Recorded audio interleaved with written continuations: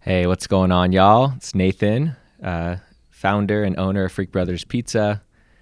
Joined here today by our director of operations, one of my best friends, Josh Walker. What's up, Josh? What's up? How you doing? Fantastic. Nice. How y'all doing? Good to hear. Yeah. Today we are doing the first of more to come of episodes of the Freak Bros podcast or the Freak Cast, or I don't know. I'm just making up names for it, but we're going to be sitting here talking about things and, may have different guests on to just basically give you more of an insider's view of our restaurant, of our business, what we've got going on. Just let you know a little more about the humans who run Freak Bros, so you can, better understand who we are, what our brand is all about, and what we're up to and where we're headed. So, today we'll be just chatting about a couple of topics and just kind of giving this a first go, and we'll just kind of see where it heads. So, with that, I think one topic we wanted to start with is talking about our staff. So, this conversation is kind of spurred by a conversation we had the other night. We actually went to a wedding for a good friend of ours who used to be our general manager of Freak Bros at the Churchill for the first few years that we were open. Shout out Eric. What's up, dude? Chofo buddy. So we went to his wedding together, and we were chatting with some people who were at our table, and they were asking about a restaurant, and basically one of the women there was like, "Oh, isn't staffing like really hard and challenging? I hear that's like, one of the worst things about running a restaurant or a business." And I was like, no, actually not for us. Like overall, we're pretty blessed with our staff and our employees and just the people who work for us. And it's kind of always been that way. We have had some challenges and drama over the years for sure.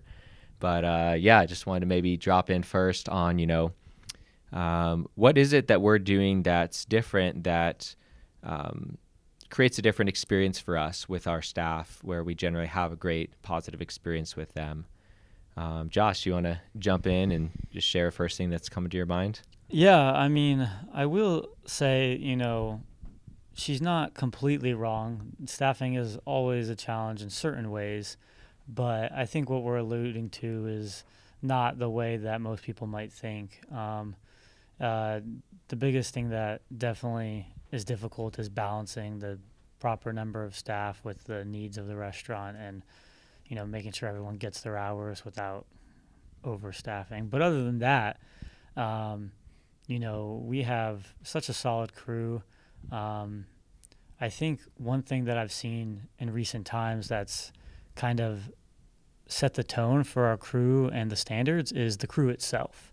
You know, Obviously, it starts at the top, but, if you come in as a new worker to our team, you see what everybody else is doing, the level they're working at, and you don't want to be below that level. I guess, as some people might say, you don't want to be the weakest link. That's not necessarily always the mindset, but just kind of, if everybody's doing their best effort and kicking ass, making pizzas and helping each other out, hey, I'll knock out some dishes. Hey, I'll do some prep tonight so morning doesn't have to do with it. It's like, it's kind of becomes the culture and the norm. And it also helps us see like who is actually a good fit for the team and the culture that we have early on into their employment as well. Yeah. Yeah, it's really like, I know you're big into sports, and I am a bit myself, maybe Sure. not as much as you are, especially recently, but Go sports. go sports. But yeah, it's like building a sport, a good sports team is one analogy that we have used over the years. And, we really have been working to create an A team. And, it's like if someone's not on the same page and they're not interested, they don't have the same goals, if someone's just in it for themselves, or they're not really there for the team and growing and getting better and improving themselves personally and other people, then it just doesn't work, and those people don't usually last very long with us. And we've had a few of those over the years where they're more in it for themselves rather than for the team, or they're just not that interested in growing personally and professionally. They're just trying to get by. They're just trying to pay the bills. They're just trying to show up, clock in, clock out.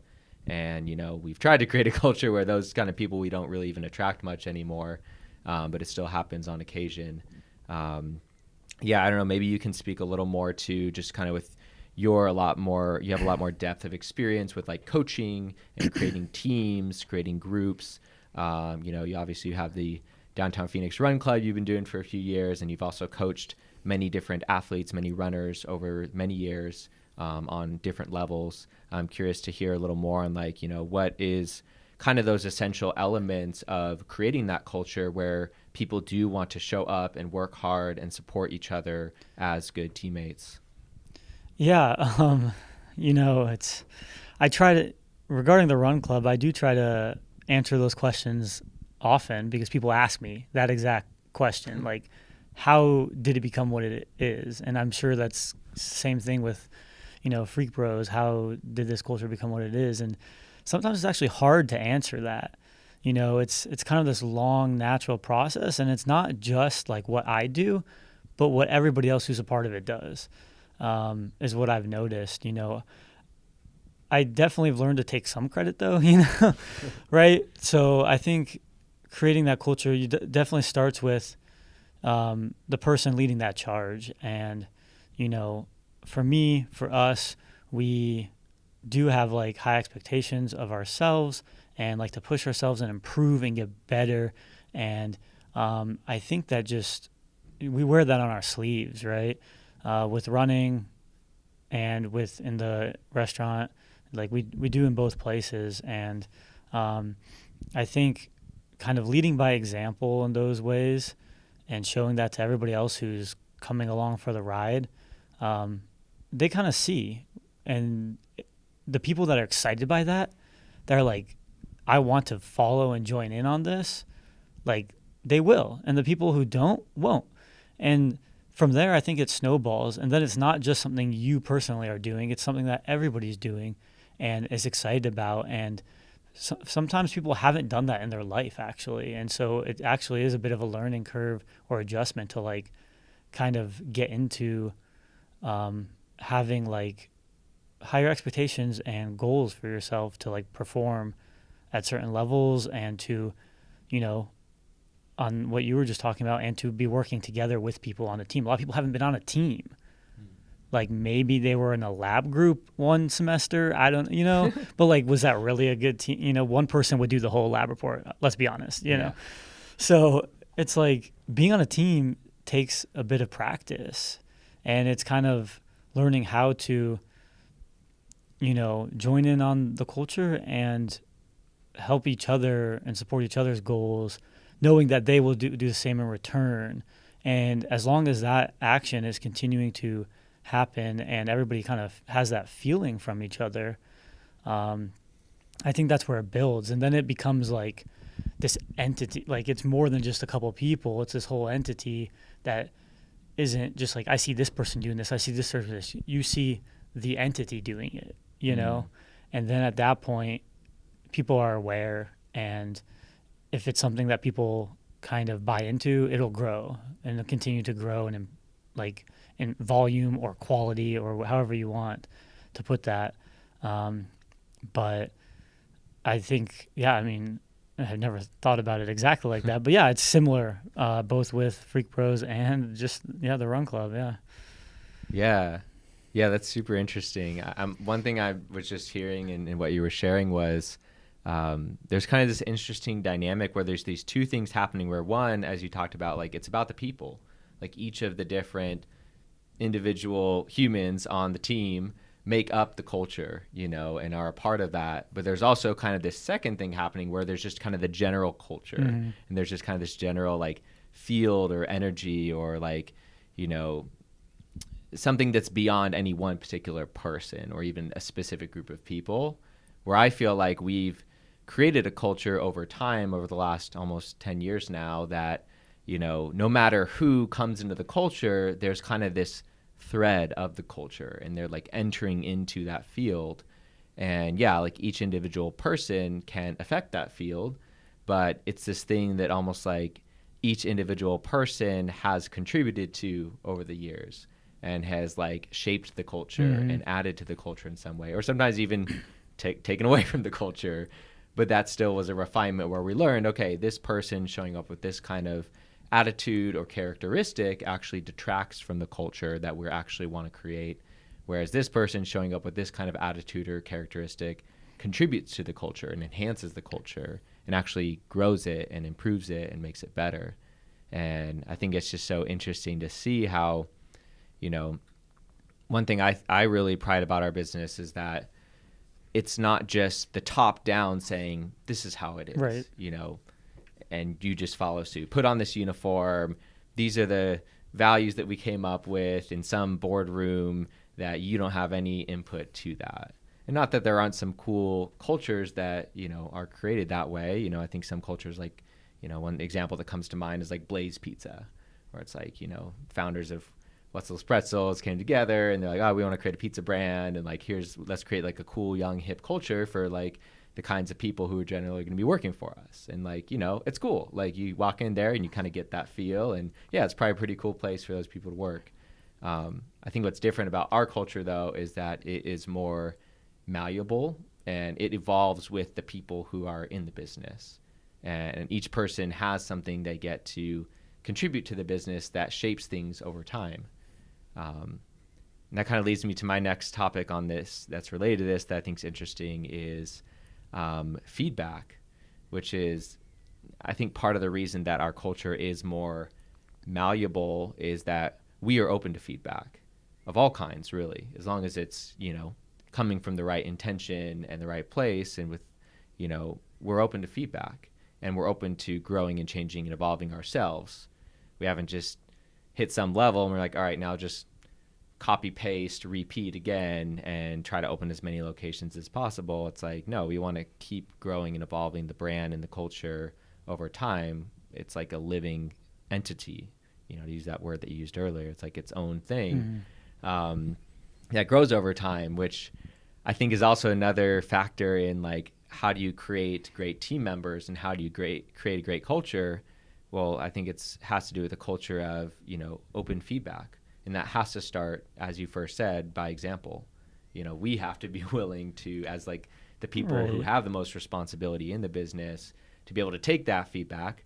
Not that all feedback is great feedback or useful feedback, but we're open to receiving it. And if there is something that is valuable in there, you know, we'll take it to heart and we'll implement it the best we can and try and grow and improve and evolve too. So we're not just telling people that like you have to take feedback from us, but you can't really tell us anything. It's like, yeah, if you have something important to share with us, like we're open to hearing it, you know. Well, ultimately, we're going to make the decision the best that we can based on all the factors.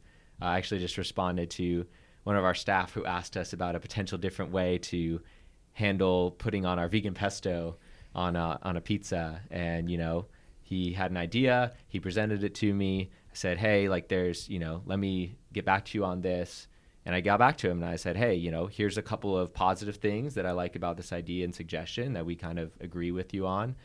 Here's some other factors that we're considering, such as, you know, the cost and how expensive this ingredient is and how difficult it is to control that ingredient in the specific way that you're suggesting to put it on the pizza. And, you know, taking all those factors into consideration, here's the decision that we decided to make that makes the most sense. But yeah, you know, he responded like, hey, thanks for sharing that feedback with me. That totally makes sense. And that does seem like the best decision that we could make, you know, considering all the variables at play, which I think is freaking cool. Yeah. Oh, that's awesome. I definitely think, you know, what you've said is spot on. We even often take more feedback than we give, I would say. Like, not that we couldn't give more feedback, but, you know, I think we're setting up a meeting with our shift leaders here shortly, and we didn't say that one of the topics of discussion was for us to give them feedback on how they're doing, but one of the topics for discussion was for them to give feedback and suggestions to us. So I think we just lead with that kind of mindset, and it works out really well. And yeah, I mean, over the years, so many ideas and changes that we've made to continue to grow has come just from our staff, thinking like, hey, what if we tried this? Or, you know, I've seen this done a different way, or anything like that. And sometimes it's like, wow, we, didn't ever think of that.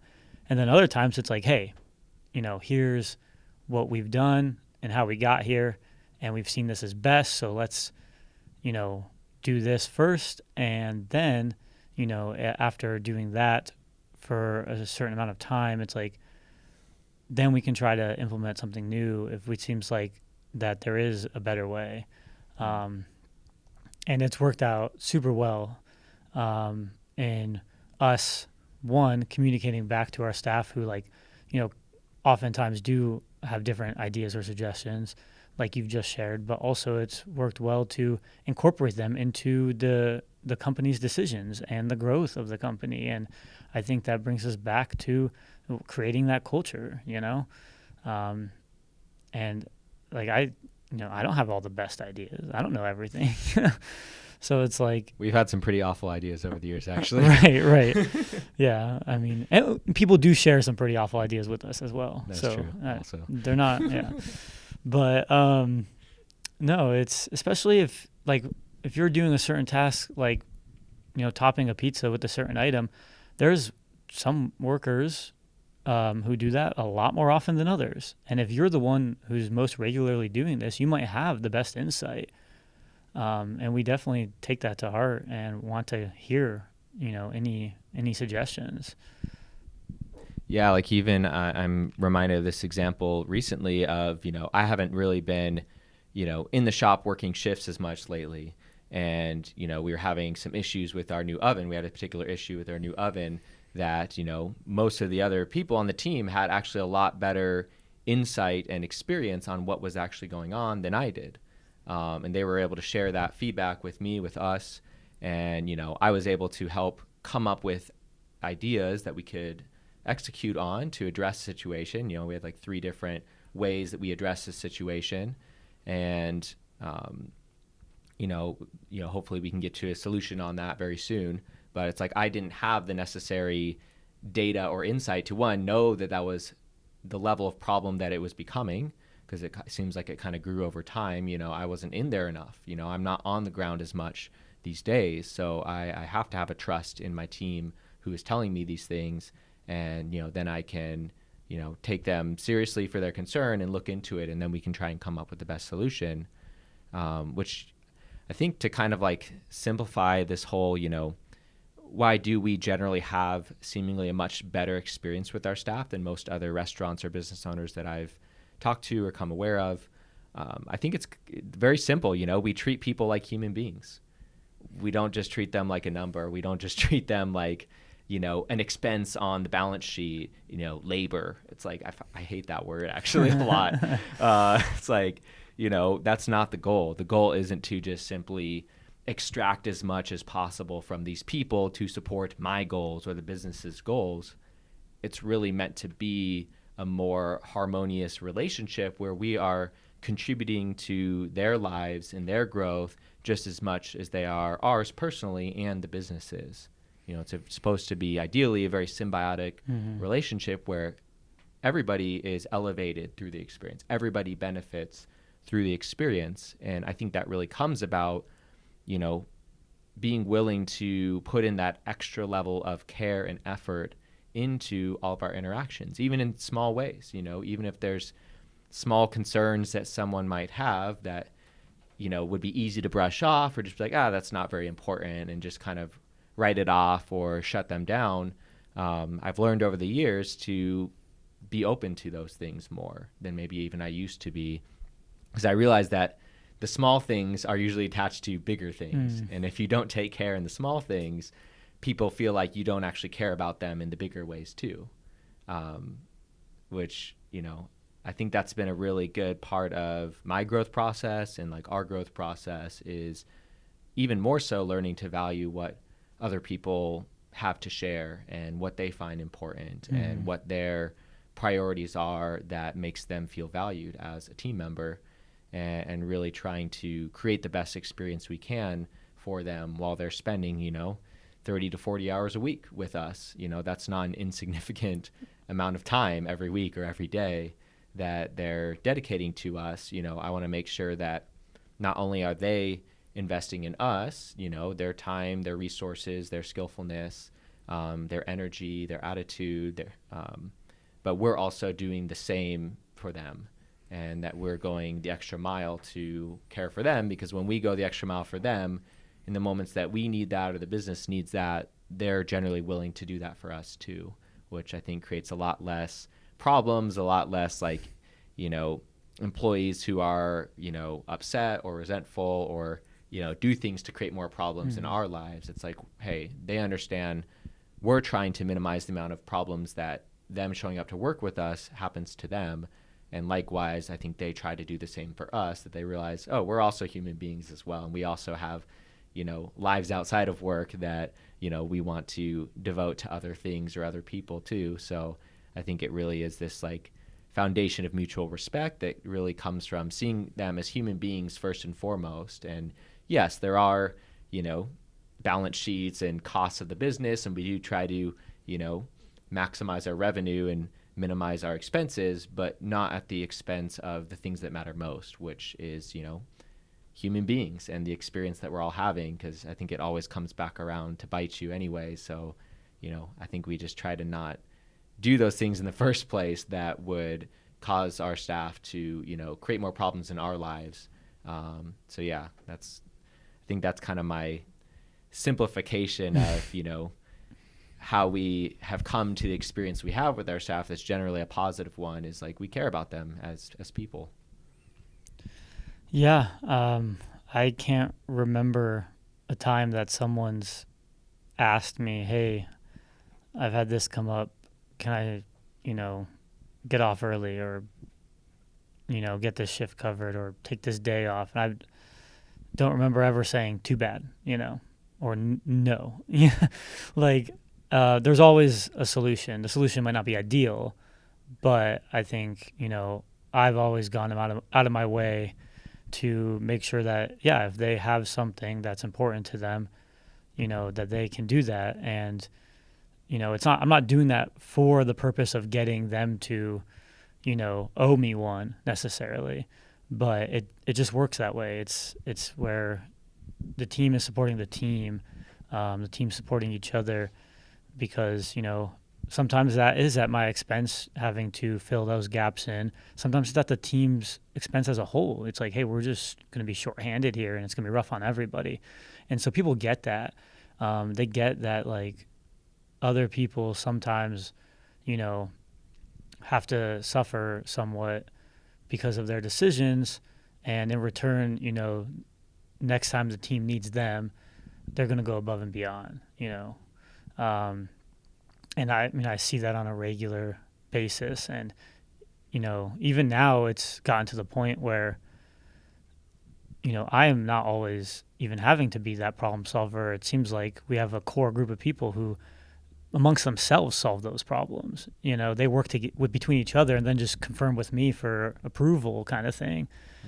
And, I'm always like, yeah, that sounds great. Yeah. So it's cool to see how that's developed, and see them work together and support each other, and, make sure that the team is covered one way or another. Yeah. I think part of our culture too is that we've really developed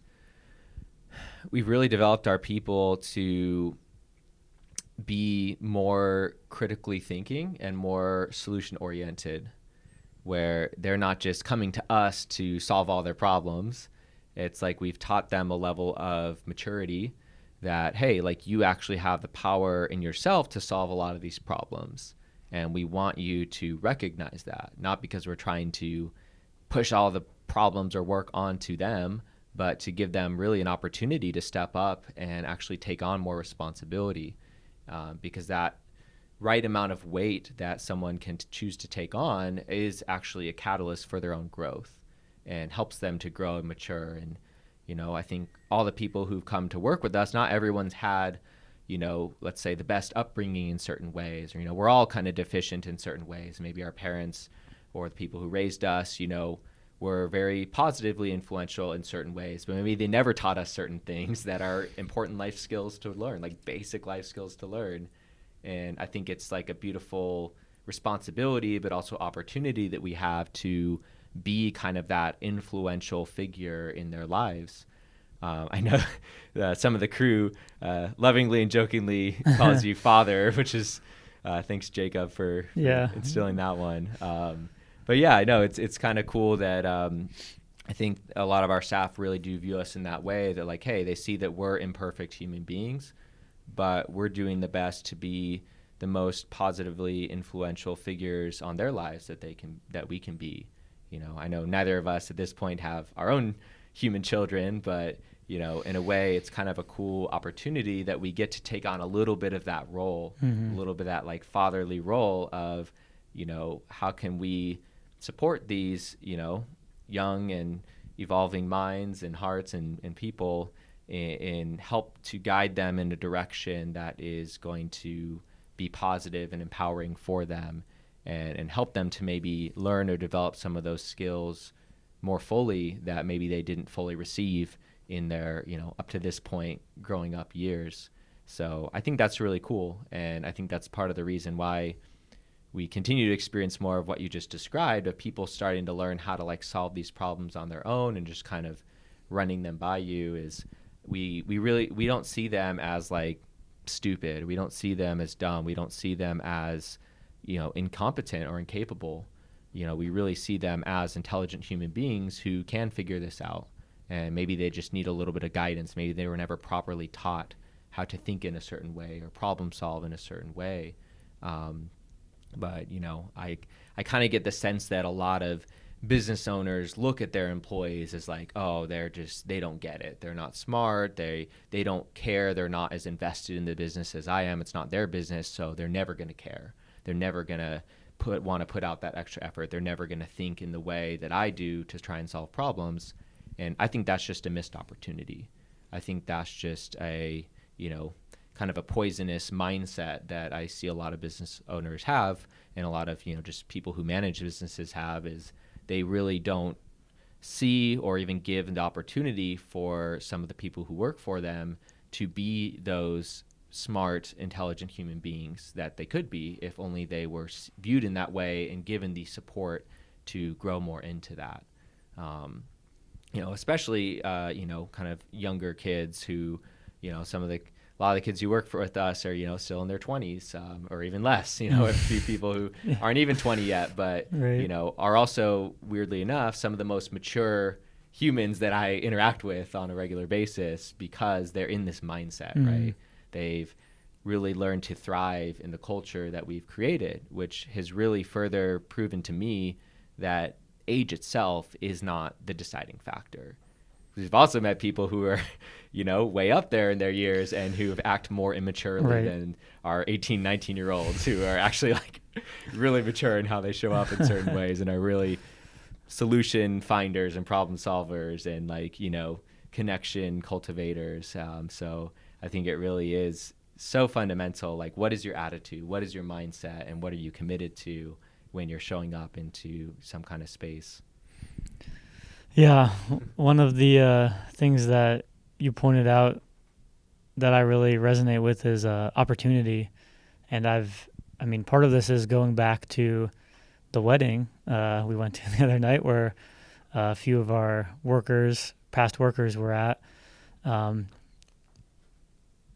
even more than just them, you know, we've provided a lot of opportunity to some of these workers who might have never gotten a similar chance, in the sense of like, you know, we have some people who maybe have never been a manager or a shift leader. You know, they've worked in the industry for so long and never gotten that chance to, you know, upgrade to the next level and take some more responsibility on.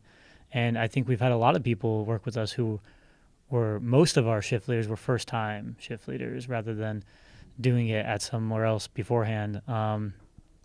And I think more often than not, that's worked out well because they like know that we believe in them, you know, and when no one else would give them that opportunity, like we did.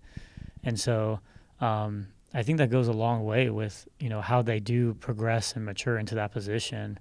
Um, and another opportunity that, one of the guys the other night told me, he's like, that was like we used to travel out of state for all these different events, back in the day. We did a lot of mobile events out in different states. And, you know, he told me it was his first time leaving Arizona, like he's like, I've never traveled that far before.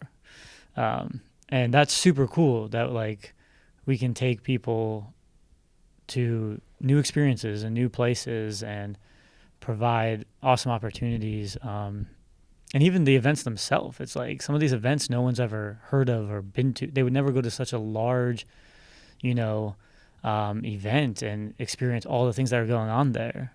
But it becomes like this amazing chance to just like see more and experience more. And I mean, it's means so much to me that people have like actually gotten to, learn and grow because of that.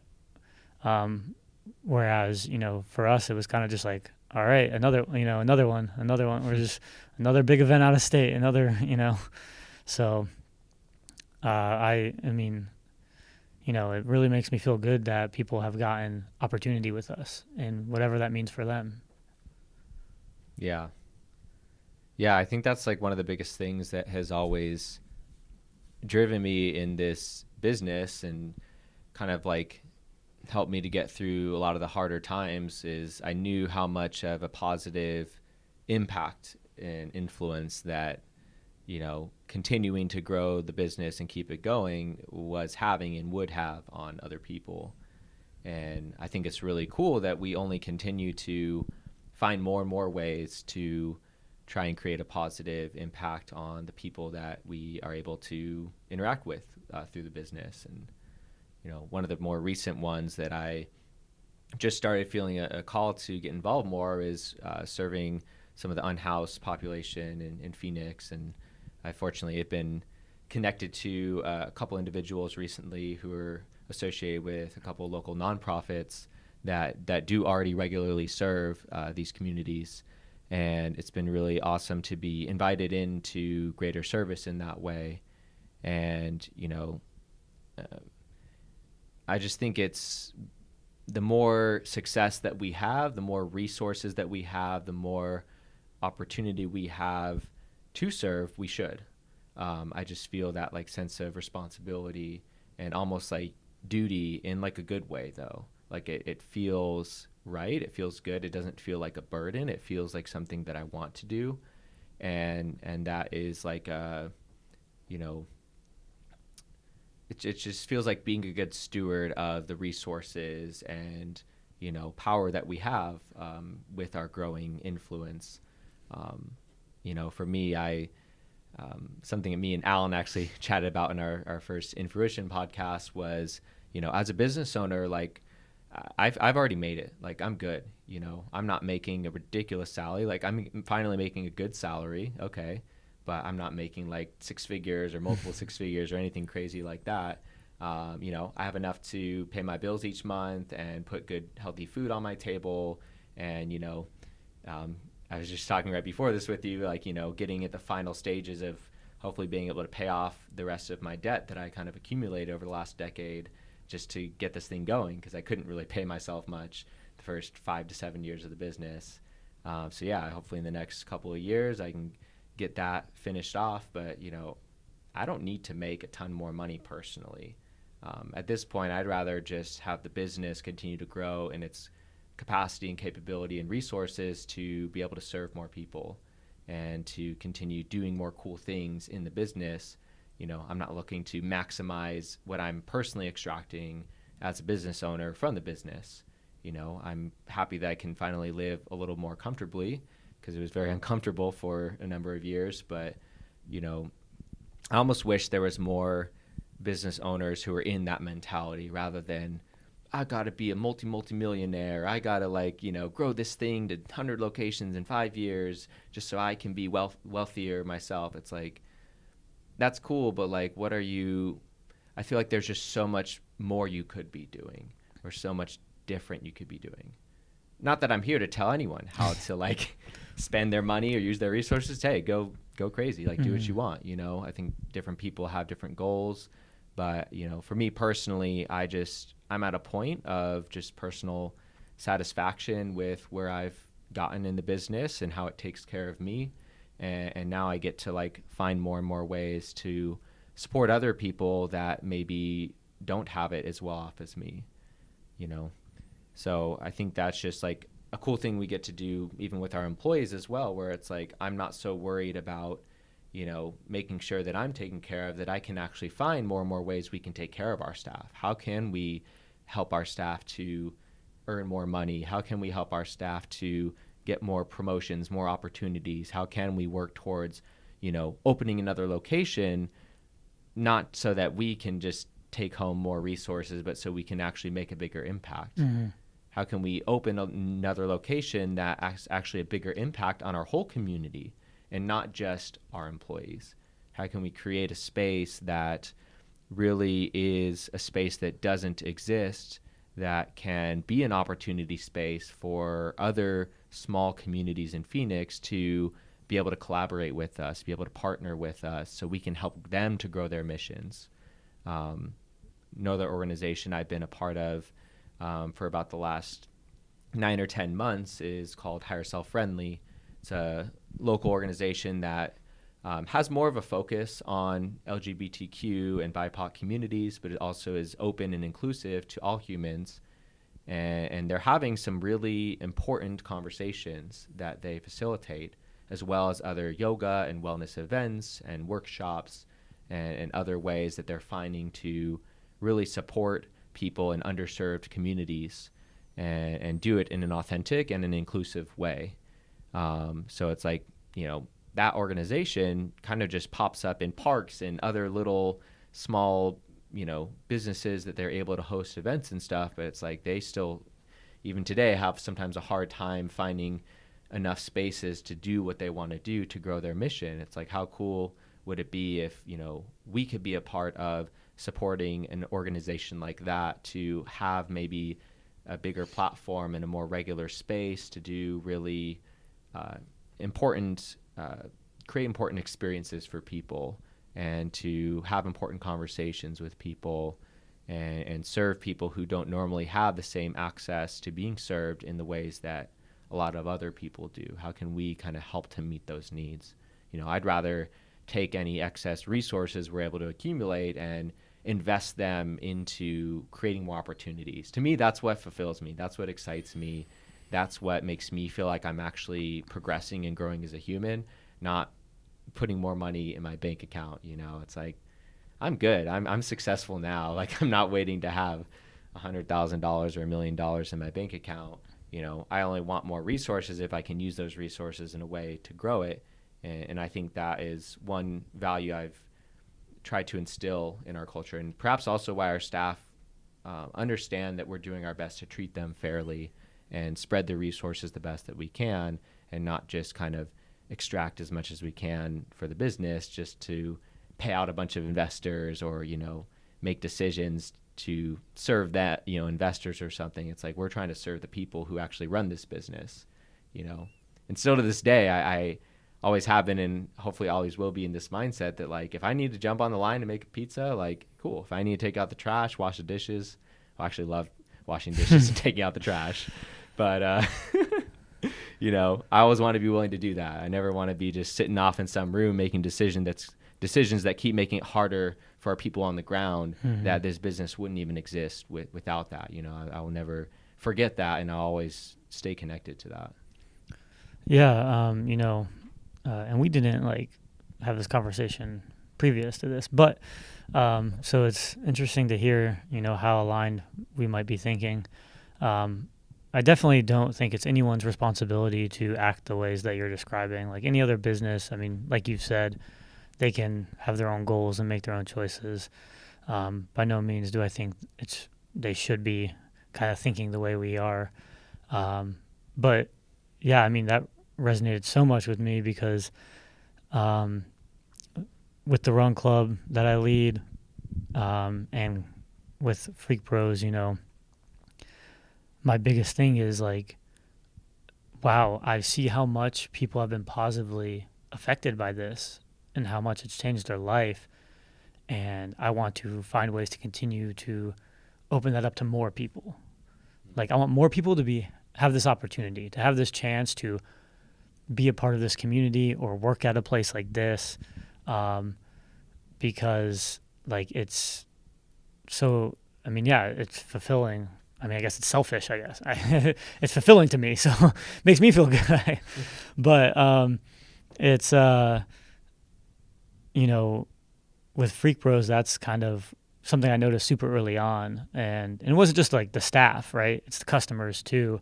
You know, even at 10 years ago, 9 years ago, 9 years ago at the smallest little event, and you're serving only a couple dozen pizzas, but like every pizza, you know, was appreciated and it was so meaningful, and it just like it felt great, and like we're still doing that to this day. Like we're positively affecting people's days with our product and our, you know, customer interactions. And like I want a second location because I want to create an opportunity for more people to experience that, more employees, more customers, and more selfishness for me. So yeah, I mean, people always ask me, you know, why don't you coach a bunch of runners, you know? And I'm like, you know, yeah, I could do that. I could put together training plans and work with these runners, whoever signed up with me. But then I'm only helping them, really, you know?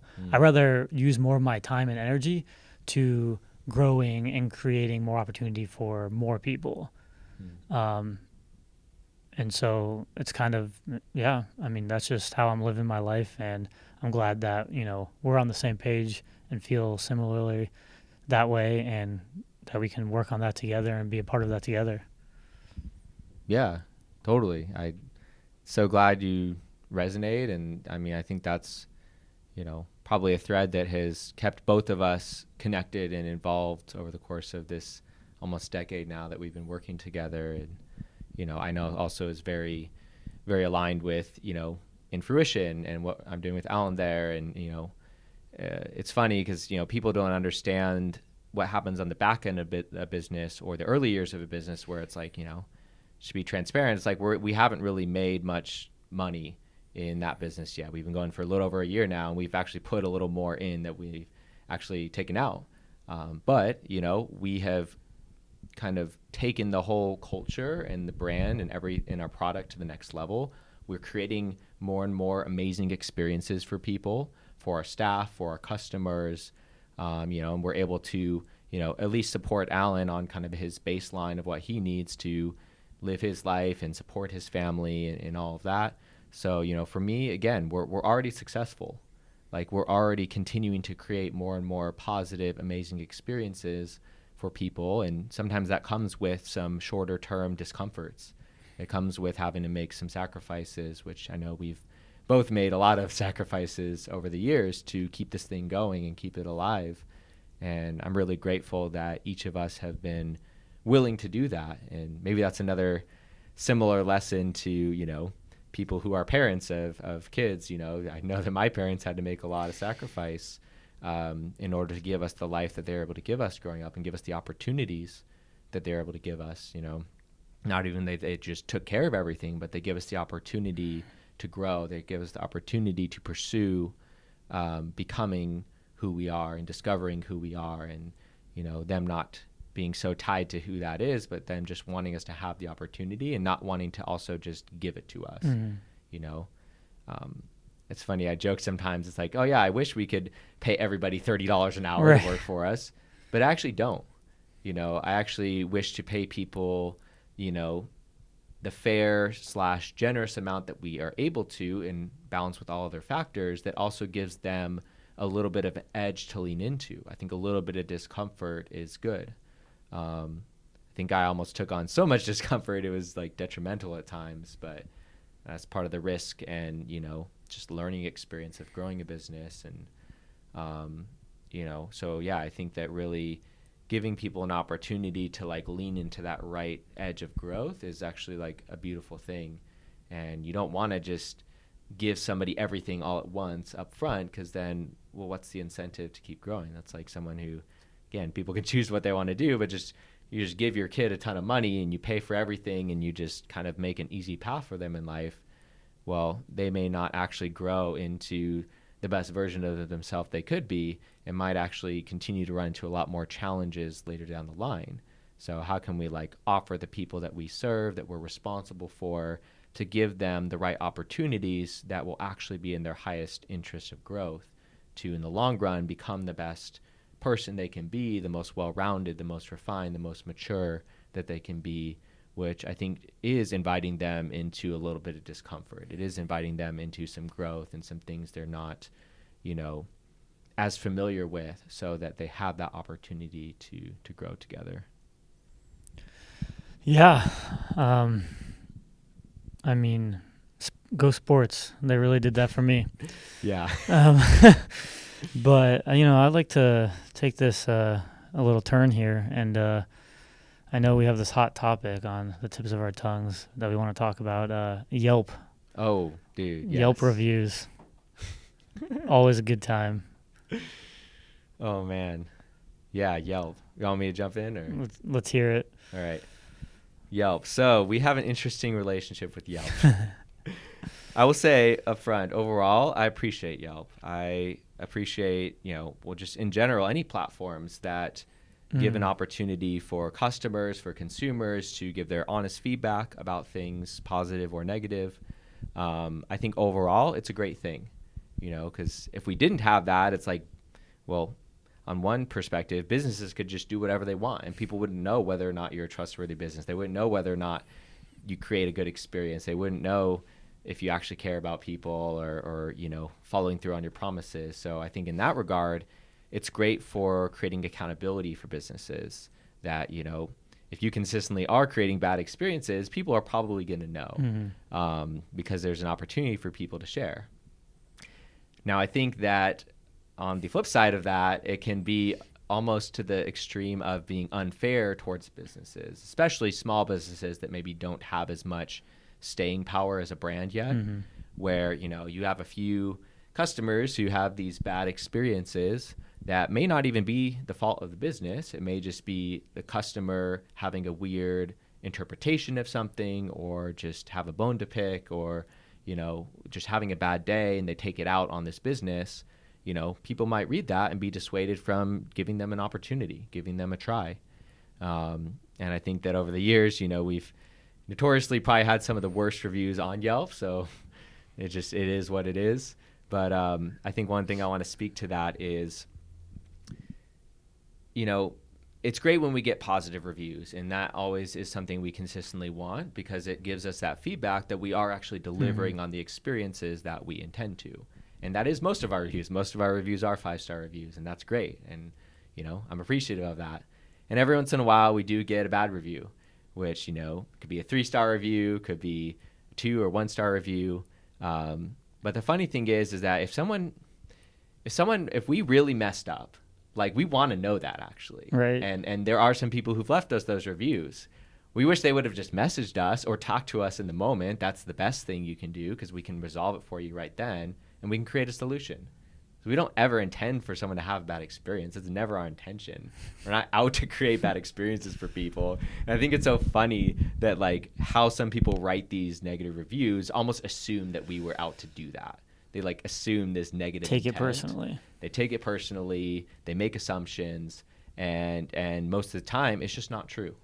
And they've twisted an experience in some way that supports their attitude or their mindset or their belief. So yeah, if someone has a legitimate piece of feedback to offer us that we didn't do well, and maybe we weren't aware, or it was just a bad day for us, because we're also human, our staff are also human, we want to know about that so we can address it, we can find a solution, we can make things better for them, and make the situation right if we're able to. Now, on the other hand, a lot of times people will share things and it's just either incorrect or so distorted that it's not even helpful. Sometimes it's they just don't like our style of pizza. They don't understand what our style of pizza is. They were looking for Domino's. They were looking for, maybe even like traditional Neapolitan, right, or they were looking for a deep dish, and they just don't understand, or they don't like our style of pizza. And therefore, we are the worst ever for making them a pizza that wasn't what they were looking for, but that's not what we do. Mm-hmm. So there's those kinds of reviews. There's also people who are, just having a bad day. And then usually you find these people who you go to their profile and they have 7 reviews and they're all 1-star reviews. And so we also get that kind of person where they're only going on Yelp to just blast these businesses, right, and apparently consistently have very bad experiences at a lot of different kinds of businesses, at the auto mechanic, at the restaurant, at the, whatever it is. And so that also is kind of easy to see what's actually going on there, which usually isn't something that we've done. Sometimes there's that gray area where maybe we didn't do the best we could. Maybe they also didn't help the situation at all either, where they could have helped it. Still in those situations, I'll try to figure out where we went wrong and, try and offer a solution to them. But, sometimes you just get a Karen, and that's just what it is. And it's just someone who's out to complain about something, and they have taken what we're doing and they have twisted it in this way to try and put us in a bad light. And I've found that more and more recently, it's actually fun just to not take those reviews too seriously. Right. I'm always respectful, but I think the term I used yesterday when we were chatting about this was, I like to respectfully roast them, which is fun for me, and honestly has been gotten the most response out of any of the Instagram stories that I posted. We're gonna start making posts on our feed about these 1-star reviews as well, which I think at the end of the day, it's just kind of fun to call out what everybody's thinking. Mm-hmm. It's we understand that, sometimes a restaurant messed up, and a lot of restaurants don't actually care. For the most part, we don't fall into that category. Usually it's more of an ignorance thing. We didn't understand, something, or we weren't aware of something, which we want that feedback to improve. But, a lot of times it's just this person who is just, creating an unfair perception of us. So, the one piece of power I do have in those situations is I can respond to them as an owner of the business and really point out what everybody else is thinking, which is this person seems like that you couldn't please them if you tried. Mm-hmm. And I think that is really just kind of a general societal attitude and mindset problem that some people have, where no matter what a business does, they're going to find something wrong with them. This happens with people too, right? It's you just know there's some people who, no matter what, they're going to find something wrong about somebody else. They're going to find what's bad in a situation. They're going to find what's bad about a person. They're going to find this unredeemable quality that somebody has. I think the last thing I'll say, because I feel like I've talked a lot on this already, is, I think in those respectful roasts, I try to hold the mirror up to that person when I can, to maybe consider how this quality that they're seeing in us or in one of our staff, or this experience that they're having, is actually something inside of them. And just to offer that as an invitation for their consideration. Maybe look and see if this is a theme that happens in your life. And if you see this happening enough, well, what's the common denominator here? What's the common factor here? It's you. There's something in you that is having this experience, that is drawing this experience towards you. And I think that's a very real thing. And that's what, some people would use the term projection, where you're projecting on somebody mm-hmm. else. It's another term which I don't use very often because I think it's misused a lot, but you could use the term gaslighting. That is also sometimes what's happening, where you're basically making somebody else feel wrong and taking all the focus and attention off of you and making that other person feel like they've done something wrong in a situation when there's actually was not really a fault, and maybe it was even the opposite of that. So, overall, again, I appreciate having these review sites. I even don't mind the negative reviews anymore, because I just know that we've consistently gotten to a quality of our product and our experience and how our staff interact with people that most of the time we are giving out great experiences. And if we're not, it wasn't intentional, and we're always willing to do what we can to try and find a solution or correct for that situation. Yeah. And I will say it's not like this is how we interpreted and responded to reviews and complaints from the get-go, right? No. Like, we have gone through a lot of learning with this, and initially we tried to please everybody and solve every problem as much as we could. Only after time did we realize that, like you've mentioned, there are those people that, and you can spot them right away now, where it's like nothing will be a solution for them. Yeah. They have no interest in a solution. I don't know why. I don't know what they want then. Like, what are they, it's a mystery to me, but they just, like, there isn't a solution. And usually the people who do want a solution are the ones who will message you or come up in the moment. The other ones, it's, that's why we kind of just roll with it. And now we've found positives for us out of it. Maybe not for them, but we, for us, we turn it into like we do try to learn from every one of them, though. Every, bad review or negative feedback, we still try to pull out what we can from that. Like, where did we go wrong, and what could we control? What could we do better? If there is something, not always, but sometimes. But yeah, I really like where we're at right now. And honestly, most people, like, at least in person, they'll come by after they finish and they'll just be like, hey, great pizza, y'all. Like, thanks. That was awesome. I'll be back. Or so glad we stopped here while we were in town, or something like that. And that's, for the most part, that's good enough. Like, we don't need them to go onto Yelp and post a 5-star, I mean, it's fine. Like, that real time feedback is, really what keeps us going. I will say, though, that, any of those like 2 to 4-star reviews in that range, you never know what you're going to get. Like, those kind of blow my mind sometimes. Sometimes they'll say, great pizza, had a good time, 3 stars, or like, that was really bad. Probably wouldn't recommend it, 4 stars. And you're like, what? Like, and I'm not exaggerating, like, it's, and maybe it's a misclick of the button, but Yeah, or like, oh man, best pizza ever, couldn't have been better. Definitely will be back, 4 stars. Yeah. It's like, I don't understand. Maybe it should be like a 1, 2, or 3, star kind of scale. Throwing the 3 in the middle there, I think it confuses people. Yeah. I don't know what happens, but it's kind of always interesting. Yeah. One other thing I'll say to that too is I didn't realize this until somebody at the Pizza Expo a couple of years ago mentioned it. He's just like, I hate 4-star reviews. 4-star reviews are the worst. I was like, well, wait, I give out 4-star reviews sometimes. I'm like, it might have been really good, but it's not like the best that I've had.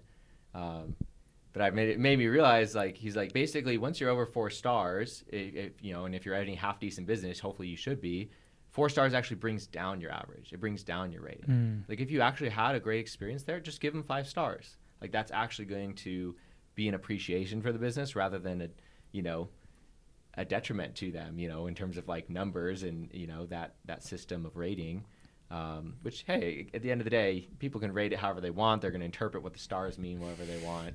But it did make me kind of think a little more of like, yeah, that's actually a good point that you make there, that, if I did have a great experience now, like, unless there's something horribly wrong, it's like, if I really felt genuinely inspired to, like, I might even have one piece of feedback I offer them that's constructive, but if overall it was a great experience, I'm still going to give them 5 stars. And I'll be like, hey, if there was one thing that could be better, this is the thing.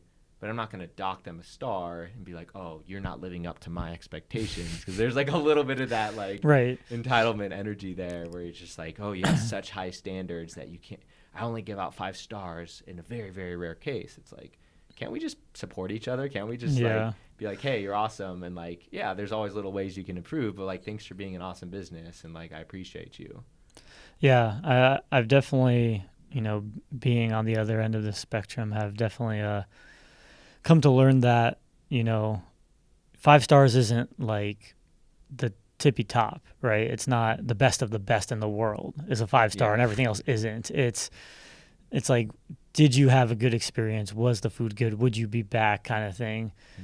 Because like, if I go on Google and something's like 4.2, 4.1, I'm like, is there something else nearby that's like 4.5 or higher? And then now, like, that's right. If a place gets a 4-star, which isn't bad, but it does bring it lower to that 4 number. It's like, I'm actually passing on it sometimes. And now maybe I should give those guys a try, actually. Yeah. But It's funny too, because even some places I still regularly go, like Chipotle. A lot of the Chipotles actually have like only like 3 stars, but Chipotle is what it is. And right. It's great. And Yeah. people, especially a business like that like so many people go to, and it's more of a mass marketed thing. Mm-hmm. You're just gonna get more of those people who just are like not satisfied with anything. And a lot of times, people who give bad reviews have also never worked in a restaurant or Mm-hmm. never worked in the hospitality industry. So they just don't understand what the struggles are, and they have a certain unreasonable level of perfectionism that they think every restaurant should have, when it's just not realistic. I think you can see that with people too. It's like people can have very unrealistic expectations of other people, where it's like maybe your lesson is to learn to see people as like full spectrum human beings, as like whole human beings that have strengths and also have weaknesses, have positive things and things to work on. I think it's a very similar kind of thing, where people who are leaving these bad, unredeemable reviews are probably doing the same kind of thing with the people in their lives. Mm-hmm. So at the end of the day, I think I ultimately just have a lot of compassion for those people, because I've even talked to some of them over the phone or met them in person, and they generally seem like kind of not very happy people. Is generally the vibe that I get from those types of people who leave those kinds of reviews. So, I kind of just, not in like a super pitying kind of way, but just like say a prayer for that person. Like, oh, like, I hope you find what you're looking for. Like, oh, I hope that like you feel better. Because I think that's generally what it is. They just don't have an outlet there. It's just like almost like they have nobody to listen to them, or like it's just like an emotional release for them. Which again, I have to set certain hard boundaries sometimes, where it's like, I will not allow you to emotionally abuse my employees. But, I do have a compassion for them regardless, because I understand they probably don't have an outlet. Maybe they don't have a close friend to talk to about things they're struggling with, or they don't want to burden them. Maybe they can't afford to have a coach or a therapist or a counselor or some kind of professional help, or they're not aware of the resources out there. Sometimes it really does get to that level for me, where I'm like, man, like, I hope this person's okay. I hope they get what they need to like feel better, because it seems like they just aren't a happy person in this moment. Yeah. Sorry to bring the vibe down a little bit. I mean, it's heavy. But no, I definitely remember also, on the other end, our employees aren't perfect either, too. And, there's been times when it's like our employees maybe having, or ourselves are not having the best day. And it's like, you can't provide that top quality experience to the customer that you always want to, that maybe you do 95% of the time. And it's like, sometimes a customer picks up on that, and maybe it's different from what they're used to. Maybe they're a regular and it's just a different experience than they're used to. And so it rubs them the wrong way, or maybe they aren't a regular, so they don't know what they would normally get, and it rubs them the wrong way. And it's like, it's cool because in those, times we've definitely been there to support the customer and, provide a solution for them, but we've also supported the employee, understanding that like, hey, you're great. Like, we know like what an awesome job you do. And we understand like, sometimes you're tired. It's been a long weekend, big weekend for us. Maybe we've been hitting really high sales, maybe you have some personal stuff going on in your life. So it's cool that we do, we're preaching about how these people aren't viewing people on the full spectrum of a human being. But like, we're also backing that up in the way we do interact in scenarios with our employees and the customers. We do treat everyone as like imperfect human beings and try to see beyond that. Yeah, totally. And, we've definitely not always been in the right. We've definitely been in the wrong before, me personally, as well as some of our other employees. And, we've always done our best to, reconcile that and own up to when we didn't act in the best way, which, generally happened because I wasn't, or one of our employees wasn't feeling the best that day. I think we've done a good job over the years of also creating such a supportive culture so that our employees have the best opportunity to feel great most days. And when they're not, they understand that they can lean on their team to support them. It's like, hey, maybe you don't talk to the customers today because you don't really want to talk to anyone. So just go make pizzas, or go do prep in the back, or wash some dishes, or be on the oven. And then, we can minimize those potential negative interactions if someone's not feeling great. But yeah, I think we do our best to support our staff in, being human beings as well, who have a range of emotions. And, we all go through those times, whether that's just a day or even periods of our life. We've supported some employees who have had periods of months at a time where they weren't feeling great. A lot of stuff going on in their personal lives. And that's happened to both of us as well, I know, where we've had periods throughout this almost decade now, inevitably, that for months at a time, maybe we weren't feeling like our best self. And we hold space for that. But I think we've also done a good job setting even better standards on when something becomes a pattern and when someone isn't willing to acknowledge that or work on that, to not keep them around forever. And we've had to let one or two employees go who consistently had a negative attitude, who consistently were creating bad experiences with customers, and they specifically were being called out in those experiences, that they became the common denominating factor in those experiences. So, again, not that, there aren't one-off experiences that are kind of just, hey, that is just a one-time thing, but there are patterns, as we say. We notice patterns when they're happening, and I think we've done a good job at, specifically addressing those patterns when they see them a lot sooner. And if that employee is not willing or able to work on those patterns and improve them, and it continues to cause problems for our team or for our customers, that, they're not in alignment with our values, and they're not actually here for the same reasons that everybody else is here for. And that ultimately brings the team down. So I think right now we have the most solid team that we've ever had, in big part because we have been a lot more discerning and a lot more quick to respond when those kind of situations happen, so that we can address them and either find out that we can correct them soon or figure out that that person's not interested in that. Yeah, I mean, it really comes back around to our culture, and if there is someone who is consistently showing a pattern of going against the culture, more or less, or bringing down the team culture, and not it's not that we don't give opportunity to improve and grow and give feedback of what we're seeing, how it's affecting people, and what kind of changes would be necessary to feel like they would be on the right path to stay with us.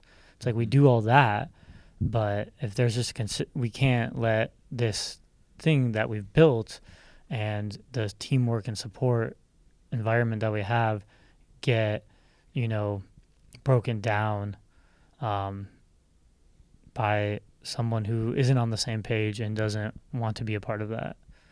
Yeah, because it's ultimately unfair to the rest of the team as well, right? If everybody else is putting in that effort, everyone else is committed to those standards, to those values, to those behaviors, and one person's not, that's insulting to the rest of the team, that we let them continue in those patterns without some kind of clear effort that they're working to change that. We never want to fire someone. We never want to let someone go. We hired them for a reason. We hired them because we saw something in them. We saw a fit. We saw a potential in that person. But I think what I've come to realize over the years is, one, not everyone is actually interested in putting in the work it takes to actualize that potential. And two, we aren't the best environment for every person to do that work and actualize that potential. Maybe we can take them from A to B, but maybe we can't take them from B to C because we're not the right people, or we're not the right culture, we're not the right environment to teach them those lessons, to help them to get those things, to grow in those ways. And, that just is what it is. And I don't even see that as a failure anymore. It's just, we'll do what we can to choose the right people who are the best fit to grow with us long term. We'll do what we can while they're with us, but it's also on them. It's a two-way relationship, and it's also what's actually a fit, what's actually in alignment. And sometimes you don't realize that you can only go to a certain depth with someone because they're not ready to go to that next level. And that's not, at some level, even their fault or our fault. It's just we've done as much as we can together, and now it's time for us to part ways. But, hopefully we can continue to find those people who we are able to go more and more levels with them together, because I think that's the most fulfilling, the most fun, the most exciting, and the most worthwhile investment on both parties' sides. And I think we continue to do a good job with that. So, Any last comments before we Yes, kind of 100%. wrap up? Would love to hear, any last reflections you want to offer on this. Yeah, I mean, and a lot of people, all of you watching out there, might be seeing, oh, look at these guys just hanging out, talking on the couch. What a great day at work. And it is. It's awesome. But I mean, you don't know that this mic is actually pretty heavy. And my arm, my hands, it's not pretty right now. I'm really sore, fatiguing. My grip is loosening right now. It's like that's it. That's all I have to say. I feel like there's some kind of deep metaphor there. And I can't quite even put words to it. But that was deep. Okay. That was deep. Not on purpose. I'll promise you that. It wasn't on purpose. What I said is what I meant. Awesome. Well, thanks for sitting down for a chat, Josh. It was fun as always and insightful. And thanks everyone for tuning in, whoever is watching. We appreciate you guys. Hopefully you got at least one thing out of this that was either insightful or entertaining, or maybe both if we're lucky. And looking forward to doing more of these. So thanks again for chatting. Happy to be starting this path. We'll definitely have more to come of these kind of conversations and interviews. So stay tuned. And feel free to reach out or shoot us a message if anything resonated and you want to chat further. I know we're always open to chatting and connecting with people and, seeing how we can continue to grow this community, grow this vision, grow kind of the opportunities that we're able to create for people. So with that, signing out.